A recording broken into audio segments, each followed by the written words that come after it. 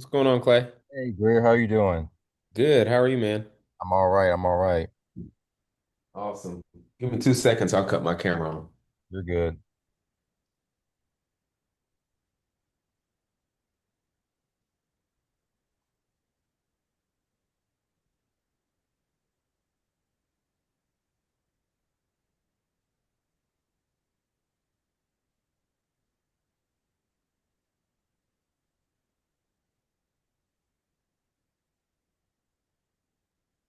Hey, Ah, hey. yo.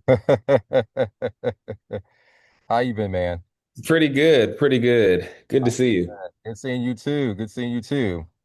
Is it hot in that? Is it humid in Atlanta right now? It is. It is hot and humid. It is living into its name, Hot Atlanta. Yeah, it's really just got humid this week. It's been a little cool on and off lately, the past couple weeks, so it's actually nice to get real summer weather for once. I know. I agree. I just am not ready for the continuous heat that Yeah. is Oh, yeah. definitely coming. Yo, we're not going back down until September, so Oh, I know. I know. it'd I be a guess I'll struggle. just buckle down and get used to it. Yeah, I was actually still getting away with wearing some light sweaters here or there until now. So Right. not anymore. Right. Yeah, it rained here in Atlanta pretty badly yesterday. I don't know if y'all had it up Yeah. there. Yeah, it's been raining like almost every night, I feel like here. Wow. Mm-hmm. Wow. We gonna Well, get should we right. dive in? Yeah, let's Yeah, do it. let's dive in, man. The audience knows who we are. They already know who we are. So we just gonna jump right into it, y'all. This is your recap. So if you could just talk about your if I'm mispronouncing it wrong, just forgive me. Your summer internship experience or your associate job, or however it's pronounced, just correct me if needed. Yeah, no, you're right on. So it's a summer associate position down here at a law firm in Atlanta called Parks, Chesney and Walbert. They do general civil rights and also employment litigation, primarily for plaintiffs. So that means people who have been fired from their jobs and they think that they were fired wrongfully or discriminately. We represent those people. So it's been a great summer so far. Okay, Thank you for asking, Clay. We just wrapped up, or I just wrapped up my first week at the firm. So I'm headed into week 2 tomorrow, and got my own little office space, and I've been able to meet everyone at the firm by now, so it's been great. that's good, man. That's good, man. I see you in those suit photos. You get some good use out of your suits. I hardly ever wear pants. Yes, I keep my clothes in rotation. It's always something to dress up for. But this firm is actually pretty casual, and so Okay, I don't have to wear a suit every day. But of course, I dressed up that first day that's for a variety of reasons. But yeah, it was a good week. How was your week overall? yeah, it's good. I've been covering Tribeca Film Festival over here in New York. So I've been doing interviews basically with a series of filmmakers, international filmmakers and all. My mother and I have been doing that, so I'm gonna be continuing that until next week, and I'll be in New York next week, and I'm also am going to be doing some interviews with American Black Film Festival as well. That's going to be in Miami next Wednesday all the way through Juneteenth. So that's in Miami Beach. So yeah, got my hands Nice. here. I literally did like 3 interviews yesterday, and I did one this morning. Actually, a couple this morning, as a matter of fact. So it's actually been nonstop. So it's been good, Wow. man. It's been fun. But yeah, just go overall. We're just gonna go. We're gonna weave all this and everything. From a legal perspective and everything, we didn't really touch on it too much last time. But what are your thoughts, either just personally, socially, or even legally, on the Diddy trial? Um, man, it's tough. It's a crazy trial, as many people have seen or heard or read by now. I'm interesting to see. I'm interested to see how it unfolds this week. But so far, I think that personally, he's going to get convicted of something. That's my belief. I think they're going to have a tough time prosecuting him on the RICO charge and really tying it together. But the prosecution has even started to lay the groundwork for some of this coercion and Diddy making people do things they didn't want to do. And so I think just because the evidence is so overwhelming as to he was doing crazy, nasty things, I think the jury is going to want to convict him on something. Now, is he going to be convicted on everything? Is he going to spend the rest of his life in prison? I'm not sure. But I do think that the jury is probably not viewing all of this evidence that's come out and this testimony. I'm sure they're not viewing that in a positive light. I do think it's going to be tough though, because this is at the federal level, and so there is a RICO aspect, there is a coercion aspect. So just the fact that he was doing sexual things or engaging in acts that people don't like, that doesn't mean he's necessarily guilty of this specific crime. I think there's a trafficking aspect as well, and so they're going to have to prove all of that to convict him on all of that. So we'll see. But my personal opinion is he's going to be convicted of something, but I don't think it'll be everything. Yeah, I'm gonna have to go with you there. This is a very all the evidence is murky. I mean, he has a high profile. I'm not gonna use the word great because I don't want it to sound like I'm supporting him, but he does have a high profile defense team and such. So I would expect them to have some weight in this into how this is going to go down, even though this is a federal case and the conviction rate for federal cases usually 97 to 98%. Um, my only thoughts are I wish this was televised. I really wish this was. I mean, the courtroom sketches aren't really doing any of them any justice. I wish we could No. see his face live, real time in cover, or at least an actual photograph, because it looks like he has gray hair and everything. And I mean, even with these AI image generators, like, come on now, y'all. Like, why are we using sketches? At least do an AI image of it or something. That is very valid. I, Very. I know, but yeah, I wish this was televised. I think I wish all court cases would be televised. That's just me personally. I understand there's laws but I think those should be lifted or should be amended because I think, especially if the United States is the public or is the defendant, not defendant, is the victim here. I think we should have a right to access it, just like I think we should be able to access Supreme Court hearings. I don't think everything should be closed doors these days. And I think it will actually do the public more to know what's going on instead of getting it through a transcription or from a detailed account. Um, Right. do I think he's going to be convicted on something? Absolutely. At the end of the day, you have to put common sense forth. I do think that we kind of talked about this in a not in a jokingly way, but kind of in a well, I wouldn't be surprised way about the possible or any possibility of a Trump pardon. We spoke on that. I think it was either offline once or even on a previous episode here, but I wasn't really giving it that no serious weight. That was just more like offline banter, whatnot. I wasn't even trying to go into conspiracy theory mode, but it's actually had picked up some traction, an actual serious weight where he being Trump was asked about that in the Oval office, and in short, he said he's considering it. So wow, I mean, like I try not to ever go into third party spamish type of conspiracy theory talk on social media, but that actually kind of looked like there might be some credibility to what I was saying to you that one time.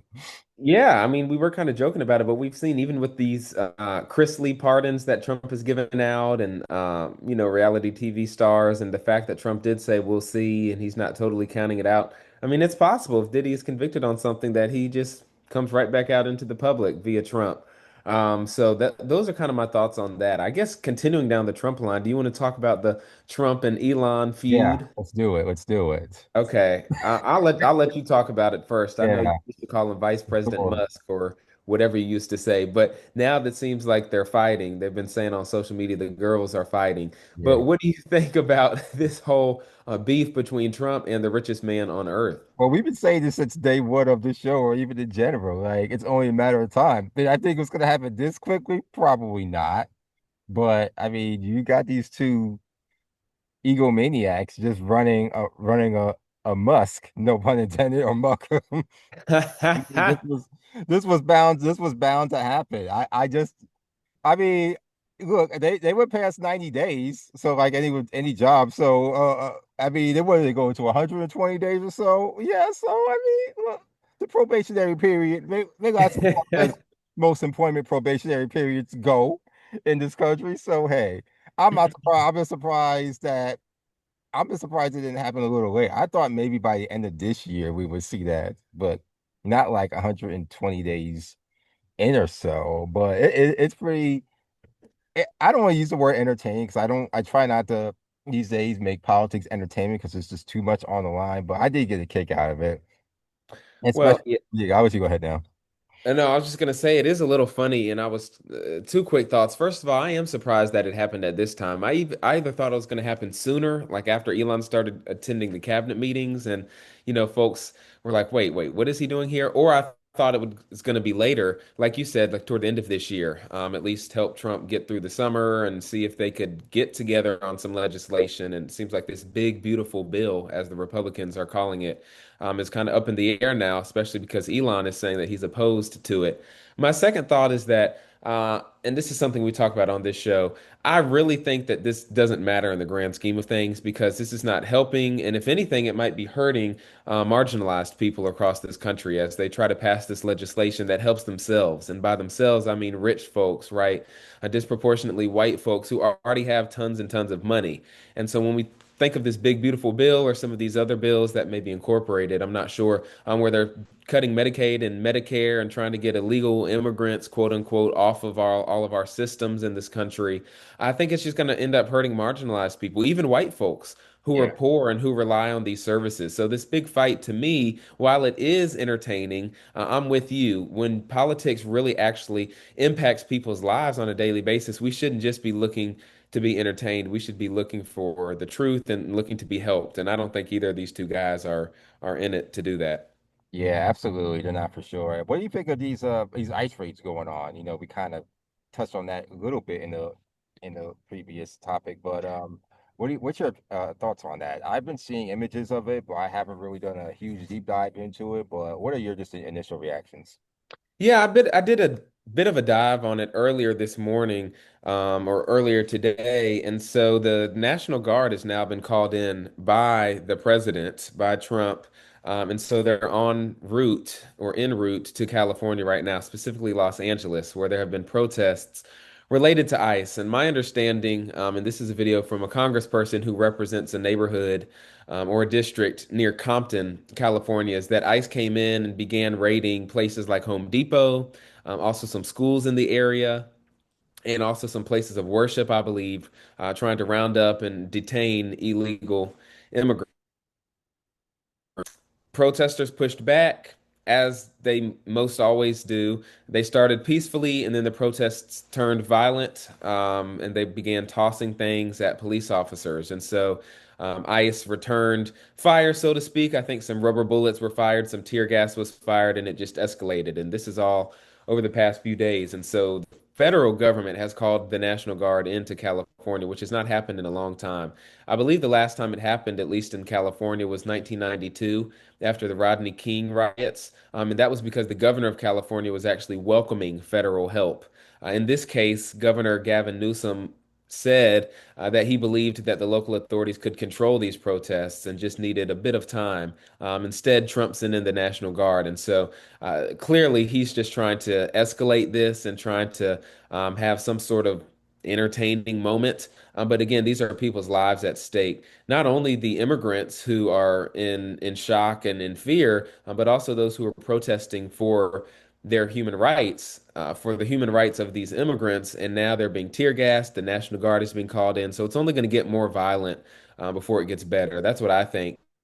Yeah, This is just another attempt from Trump yeah, to, be an entertainer and not really be an yeah, assister. yeah. I agree with that completely for sure. I do like the fact also that so far nobody is, at least to my knowledge, been hurt or killed unless you have otherwise contrary reporting. I So haven't heard. like that, nobody has been injured or hurt. I did see somebody earlier say if this was a BLM protests or anything concerning, black folks, that if we might have a different story. I mean, but at the end of the day, I'm happy nobody is hurt, and that's how it should be when you peacefully demonstrate. So that's how I feel about that. Did you see about what Gavin Newsom said that there should probably he was talking about stopping California from paying federal tax? Did you hear about that? What is that? Yeah, Gavin Newsom had said that he was gonna he threatened to stop paying federal taxes. No, I didn't see that. Yeah. He had said that he was gonna stop paying federal taxes because basically they're not the federal government, aka Trump, is not giving California any money. I see. Now, does this go back to the wildfires in that era when Trump was like, "We're not going to give y'all any more assistance"? Yeah, I think it goes back. It goes to that. It's also there's a Doge aspect to it tied in as well. So I think I think it's a confluence of those two things. I But see. that has been reported. Um, Interesting. Well, yeah, let me throw a Georgia nugget out to the crowd or out to the audience before we go back national. Clay, you and I have talked about this back and forth, but the governor's race here in Georgia is, I guess, getting a little hotter, I'd say. Keisha yeah, Lance Bottoms, of course, is in the race. On the Democratic side, there's a Republican man in the race who I think doesn't have a big name, but he's a U.S. representative. But Marjorie Taylor Greene over the weekend said that she was looking at the Georgia governor's race now. yeah.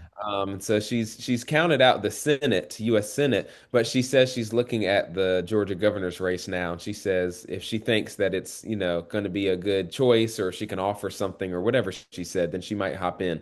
What do you think about that? I know we've kind of beat around the bush on this, but do you think if she gets in, it gets harder for Keisha Lance Bottoms? Do you think, I mean, obviously it's going to get more national attention. Yeah, it will get more national attention, but who's going to be in the primary? I mean, that's what it's going to come down to. I mean, at the end of the day, she still has to go through a primary with local candidates, more localized or statewide coverage candidates. So it's going to be about what comes down to that.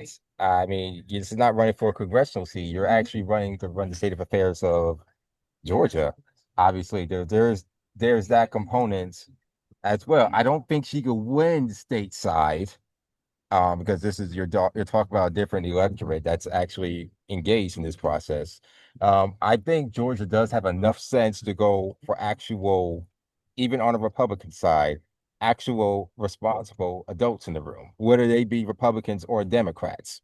So that is my hope that they would choose the lesser of the few evils in that primary. As it relates to Keisha Lance Bottoms, I saw there's a couple other folks. I don't know their names because they're more locally based, so I don't know the names off the top of my head. I still think it's her race to win.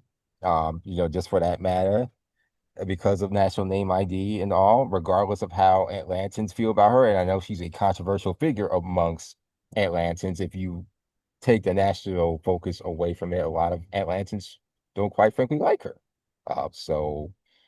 But in a race where everything's on the line, where you want to have some momentum going in 2028, and I don't like to always look for the next 4 years ahead. I like to look at what's in front. But yeah, I think it's her race to still win. Just to answer that in brief. Yeah, I agree. Just a quick fact check in real time and a clarification. So, the only person who has officially declared on the Republican side is Georgia's sitting Attorney General, Chris Carr. I was thinking of Buddy Carter, who has said that he's interested in running, but he hasn't officially declared. Buddy Carter is a U.S. congressman, which he represents the Savannah area. And then also on the Republican side, the state insurance commissioner for Georgia, John King, has said he's interested. On the Democratic side, of course, we talked about Keisha Lance Bottoms, and she has officially declared. But then, and I wanted to mention this to you, Clay, Atlanta area state senator Jason Estevez, I believe he's Latino. He was actually the first official Democratic candidate to declare. And so a lot of people like him. Family man, he's in the state Senate.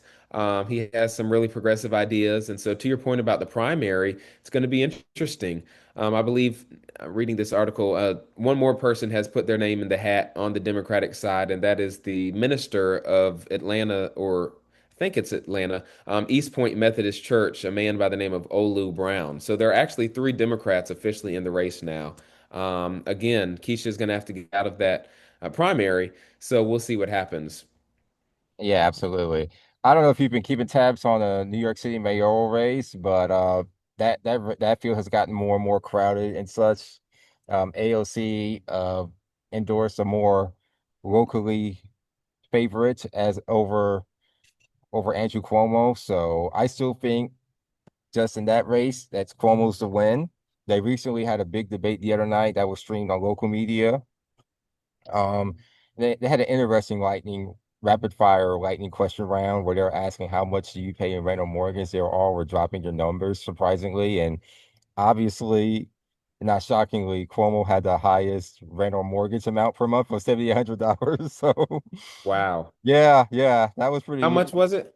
$7,800. Yeah, you might have to go on NBC for New York on their Instagram page. They did a viral clip of that, or you might just be able Okay. to Google that. But yeah, it's actually more entertaining when you look at it in detail. Otherwise, I'd be talking about it for a few minutes here. But and of course, the AOC endorsed candidate had like the shortest or the cheapest amount of rent, and a lot of people say, yeah, he's the only one who's really for the people because everybody else at least has a house or has rental property. Yeah, so, but yeah, I thought that was pretty cute. Yeah. I would say That that. no, I mean, we can stay on that for a second. That New York mayoral race is interesting. I can't remember the man's name. Maybe you can find it that you're talking about, but that more local candidate who AOC endorsed, I think is one of the more progressive candidates. I think he's also pretty pro-Palestine, and because I think one of the rapid fire questions was, would you visit Israel?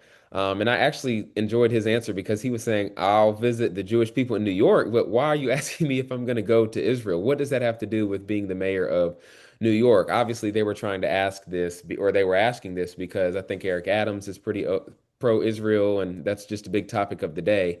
But this guy was saying, hey, we need to focus on improving life for New Yorkers and making sure that their unique needs are addressed. Also, interestingly, one of the candidates is Michael Blake.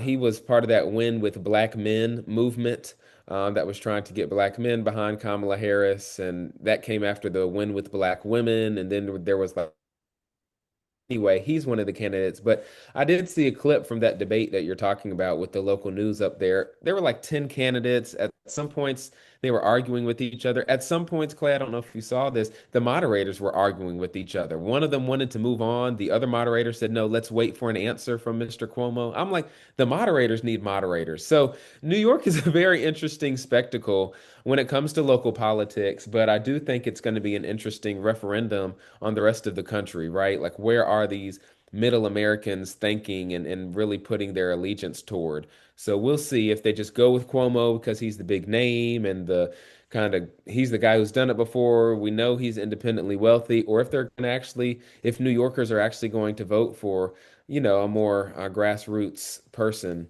to run the city.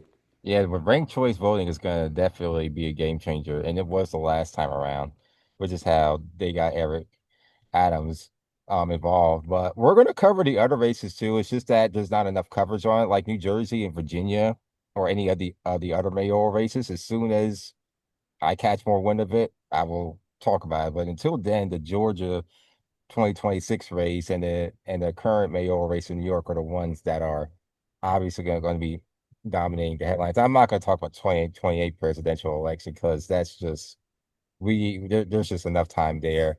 And I haven't heard any new Kamala Harris news in any regard, whether 2026 or not. I think last I checked from an official source that she was going to decide by the end of the calendar year. So yeah, I until we have that, I don't want to spend time speculating on anything that's unconfirmed. So I Well, think let that me give you one more race that we can briefly talk about. First of all, just another fact check. The man's name, um, who Alexandra Ocasio-Cortez has endorsed, is Zohran Mamdani. hmm And they say this article from MSNBC says he's surging at excuse me, this is an article from The Nation, but they say that he's surging at just the right time. So again, they're talking about ranked choice voting and is it possible to have a younger voice lead New York City? So that'll be an interesting race to follow. The New Jersey governor's race, in which the mayor of Newark is running, yeah, Ras Baraka, is an interesting one because people may remember that yeah, he was arrested recently yeah, he for was. black man. He was protesting the ICE raids in New Jersey. And so he's the mayor of Newark. He was arrested as a sitting public official, and he's actually running for governor of New Jersey. Yes. I'm, is that election going to be next year? No, I think it's No, this that's year. I next think it's year. this Next year. year. They So, Jersey, Virginia. that's something we can maybe talk about. I'll just give a brief background. Sure. But he is actually the son of poet and activist Amiri Baraka. And some people may know that name, but Amiri Baraka was an American writer. He wrote poetry, drama, fiction, and just was a great black voice in the creative space. But Ras Baraka, the son, is the 40th mayor of Newark. He's running for governor of New Jersey this year. And Ras Baraka is interesting. I don't know if you saw this, Clay, but my Atlanta pastor, as we call him, Jamal Bryant, is actually going to host, if he hasn't already, a fundraiser for Ras Baraka because I guess the Baltimore, New Jersey area, it's all close up there. But I think Pastor Brian is supporting Ras Baraka for governor, and I'm not who's running. Let me see here as we talk about it. But what do you think about this idea of the government arresting even sitting officials for protesting ICE? Yeah, I don't like it. And just for full disclosure, I am an original New Jersey native. So thank you for reminding me about the Ross Baraka race. It's just that really New Jersey races don't get to build up until later on in the second half of the year, second half of the election year after the primaries. But yeah, I think it is. I'm not surprised. I mean, especially with Trump in office, anything can go down and such. And I think Ross Barack will be great, absolutely great governor. I wish Cory Booker would have ran for it, but he opted not to. That's just my personal feeling on that. And I guess for me, I haven't really said anything too much about Ross Baraka because when it comes to black You still there? gubernatorial candidates, I don't really get too excited until I actually see actual believable results. Because look at Andrew Gillum and Stacey Abrams. Until I won't really believe it until I see it. That's just me on that. So when I feel there's a real chance, then I'll probably will give it more airtime and such, respectfully speaking. Yeah, no, that makes sense. That makes sense. Were there any other national news stories that you wanted to talk about? I think we covered the big ones and everything like that. I would like to pivot over to sports, and we didn't really touch on this too Yeah, much yeah, yeah. last time, but it seems as though things have calmed down in Chapel Bill compared to the last time we were on. I think his PR nightmare has evaded or subsided with Jordan. So thankfully, y'all can focus on football now without any That's additional right. actions and whatnot. And Coach Belichick has been on a book tour and everything like that. So it's good that we could just get focused back to football and not stories that will make page six news. I know it was a mess there for a while. I was telling somebody a funny story yesterday. I watched Coach Belichick's interview with Michael Strahan on Good Morning America, and Michael Strahan was asking him because like you said, Bill Belichick just put out a new book, and Michael Strahan said something like, "Let's talk about page 200 of the book where you were telling the story of the first time you met Tom Brady," and Bill Belichick was like. What story? Like he had no idea. I'm like, I don't even know if he wrote the book, but he still obviously needs a lot of media training before he Yeah. goes all over the airwaves. But I am glad that we can get back to focusing on UNC football. Very briefly, UNC basketball, there was a news story about this last week. I think their budget is 14 million this year. They hired a general manager, I believe, for the first time ever. And so they have millions of dollars that they're really trying to spend on the basketball team to recruit some good players so that hopefully we have a better season this year. And we'll see what happens with that. But yeah, in terms of other sports, I guess one we can talk about Clay, and then I'm sure you want to talk about the NBA Finals. But Coco Gauff is the winner. She won the French Open in tennis. Hmm. Young black woman, an American, and she won the French Open, I believe, yesterday. And so that was great. Interestingly, and Clay, I don't know if you have thoughts on that. Her opponent said that the reason she won is because the opponent, I think her last name is Sabalenka, made mistakes and not because Coco played very well. So that's been getting a little bit of attention. The opponent was white, Coco was black. I don't know if that played into it at all. But instead of just saying I played poorly, Coco played well, she said no, Coco won because I made a lot of mistakes and unforced errors, and maybe it would have been different if I had played differently, which is like, duh. I don't Yeah. know if you have any thoughts on that. Yeah, I don't really because I mean that's every other press conference, and I mean you're going to hear that at some point or another, even for the most media trained athletes or student athletes at the end of the day. So I don't really put much credence into that, but I'm happy to see Coco Golf won. I really do think we need to move on from the Serena and Venus era. It's time to pass the torch to Madison Keys, Coco Golf, or Naomi Osaka, even though she basically represents Japan as well. But I think it's Osaka, yeah. yeah, Naomi Osaka. Yeah. So yeah, I like I root for Madison Keys and Coco Golf when during these major tournaments for sure. Um, I hope I see what happens over at Wimbledon and what happens over the U.S. Open later this summer. That's Both right. of them. That's right. And Well, if you you notice, talk about the NBA? Spike Lee, I'm gonna segue to NBA this way. He Yeah. was there cheering Coco Gauff on, and she said in the press conference, "Yeah, I know the Knicks lost." I'm paraphrasing, but it was happy to give Spike something to basically chat about. So that was that was pretty funny. I Yeah. did see him there taking it in. He looked a little confused, but I think he picked up on it Mhm. after a while. Yeah, for sure. Now let's go over to the NBA Finals.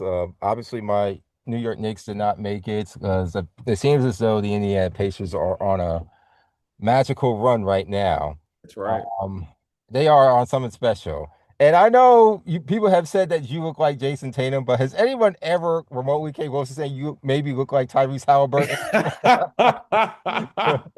I have heard that actually a few Oh, times. really? Okay, He okay. is all the he's all the hype right now. Yeah, that was something special the other night. That Um, was amazing. Game two is tonight, I believe. Yeah, I don't like every 3 nights for the NBA Finals. It's like you It's got too long of a gap, isn't it? it is, it is. Not to, especially when you had the lowest rating finals in 25 years. It doesn't really help at all, which we kind of Right. knew that going Do you have in. a prediction? I think OKC will bounce back. I think they'll bounce back. Okay. I had them winning the series in 5 or 6 anyway, so I mean, I'm not really that much invested into this finals because I had originally Boston in it. And then when they were out, I had the Knicks in it. I didn't really have high expectations for the Knicks, but once they beat Boston, I kind of did, and then they let me down. But yeah, it's but I mean, I kind of want the season to be over with. I think the NBA's been trending in a bad direction with its popularity and with its marketing and all. So I'm wanting the season to be over with for that regard, and not having a major market team in the finals is not helping at all. And that's just even though real good basketball is being played. Next year, Amazon Prime and Peacock and NBC are picking them up, so they already have a lot of good plans for that with their media coverage. So I'm just looking for that. And of course, your fellow Tar Heel alum, Michael Jordan, is going to be a contributor with Peacock / NBC Sports. So I'm very surprised to see that, and I'm looking forward to seeing that. So what are your thoughts on all that? Yes, I agree. I agree. I think it's interesting that Inside the NBA on TNT is coming to an end. Of course, the show in some regards will continue, but I really did love that show. I did see the news that Michael Jordan is going to be an investor or contributor or supporter of whatever you want to call it, of this shift. And I mean, we started the show earlier this year, I believe, talking about just the NBA and how it's fallen off, for lack of a better phrase, and the fact that a lot of young people aren't watching it anymore. And it's still the place to be in the bigger cities, right? LA, New York, Miami. You can go and see maybe a star or two or three. But in terms of viewership, those numbers are way down. And so I'm not really sure why that is. I know a few years ago, the NBA used to be all the hype, especially for young people, right? They were even one of the more progressive leagues, and they would take a stance on racism, for example, and actually mean it. And so the fact that it's fallen off is a bit sad to me, but I mean, I don't watch it like I used to, so I'm not sure exactly what changed. I'm sure they're going to try and revive it with all of this media shifting and trying to get folks like Michael Jordan really invested. But as you know, streaming is the way of the future. So if it's not popular, if the league or the sport is not popular on social media, it's not going to be popular on TV for sure. So I do have hope for the NBA. I think there are a lot of great players and lot of great personalities there, and I'm excited to see what happens with, inside the NBA and with this shift over to NBC Peacock. Yeah. Do you think LeBron's coming back for one more year? I don't know. I always say yes, and I've always been right. So I'll just say yes again because I don't see any signs of him stepping down. I just do worry, I guess, Clay, that he's going to stick around for 1 year too long and get really hurt or something. I mean, he's played with his son now, technically, I believe. And so I'm not sure what else there is for him to do unless he's really going to try and win a championship sometime in these next 2 years, which I don't foresee. Yeah, I mean, I think this was probably his last best chance, unless he uproots and goes to the Cavs or to the Knicks, but or to the Warriors. But you're gonna have to do that at this point. But do you want to do that? I do know that I think he wants one more ring just to come close to Jordan. I don't know how much that weighs into his mind. They'll always tell you it's never under mine. I don't believe that half the time, but I think he would like to get one more ring before he's out of there. I think he Especially, does too. yeah, I think he wants to do that too. yeah. But I think that's gonna wrap it up for now. I think I want to put a bow on it because we both have hard stops. But man, it was great to chatting up with you again. And summertime is what it is. But hey, man, we're gonna do it wherever we can. Obviously, I'm in the parking lot, so we're gonna, Hey, gonna make it work wherever we can. we're gonna make it work. These conversations are too important, and yeah, definitely those in the audience tap in with us, comment, like, share, let us know topics you want us to talk about. Because Clay sees what he sees, I see what I see. We're usually aligned, but sometimes you'll hear some different perspectives. But we want to hear from you all out there. So definitely like, share, comment, and hit us up if you have anything specific you want us to talk about. But I guess for now, we'll just keep following news and try to do this as often as we can. For sure. All right, then, y'all. Until next time, keep following us, and we'll keep you all abreast. But until then, holla, peace. Peace out. All right, man. Great show today. I will Thank you. circle back a few later. Okay, sounds good. Have a great rest of your day. You too. Bye bye.